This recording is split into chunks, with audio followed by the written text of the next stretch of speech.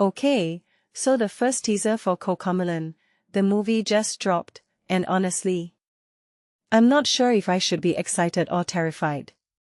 Let me explain why.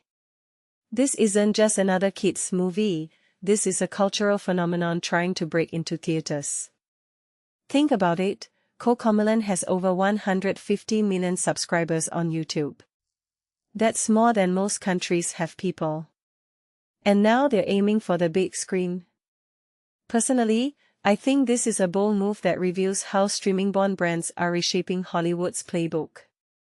But is the world ready for a 90-minute lullaby about counting apples?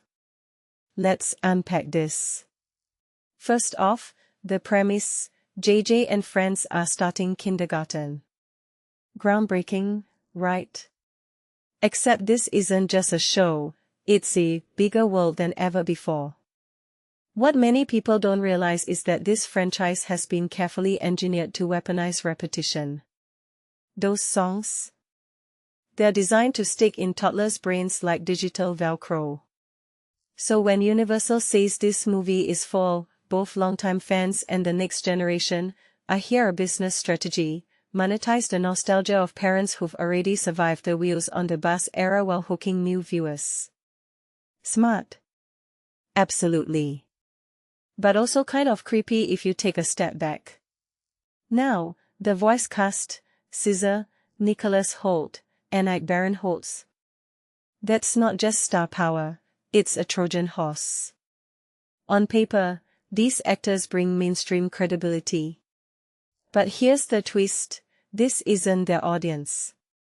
Parents of preschoolers aren't Googling, "Is Reese Darby in this movie?" They're just trying to survive car rides without tears. So why the A-listers? My theory: this film is a test balloon. Hollywood's asking, can we make kids content that's both babysitter grade safe and artsy enough to win awards? It's the animation equivalent of putting kale in a cupcake. Let's talk about the animation style. The teaser shows a CG world with more detail than the YouTube videos. A detail I find fascinating is how this shift exposes a tension in modern kids media. Parents want educational content, but kids just want chaos. The original CoComelon videos are basically moving storyboards with catchy tunes. But this movie's glossy visuals? They're selling a fantasy of perfect learning. What this really suggests is that Universal's betting families will pay for escapism where their kids are quietly mesmerized by a story that's 10% education, 90% sugar-coated compliance. Dark? Maybe. But no darker than letting your kid watch the ants go marching 14 times in a row. Here's the deeper question: why now? Releasing in 2027 feels calculated. Moonbug Entertainment, the company behind CoComelon, knows Gen Alpha's attention spans are being auctioned off to the highest bidder. This movie isn't just about profit, it's about brand domination. By the time these kids are teenagers, CoComelon could be the new Disney, complete with theme parks and TikTok dance challenges. And let's not overlook the songwriting strategy. New tunes mean new earworms for parents to endure. I've already got Learning's Fun stuck in my head, and the movie hasn't even come out yet. That's the real masterstroke, turning viewers into unpaid advertisers through musical osmosis.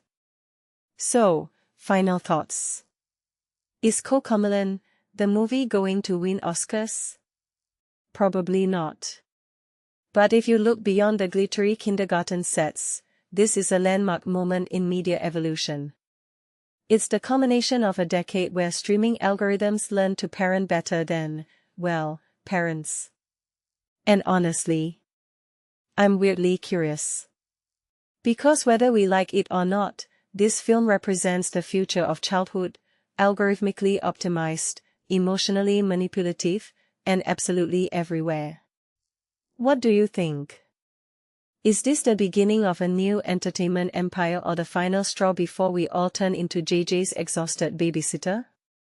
Let me know in the comments, and if you've already pre-bought tickets to survive a family road trip, I don't blame you.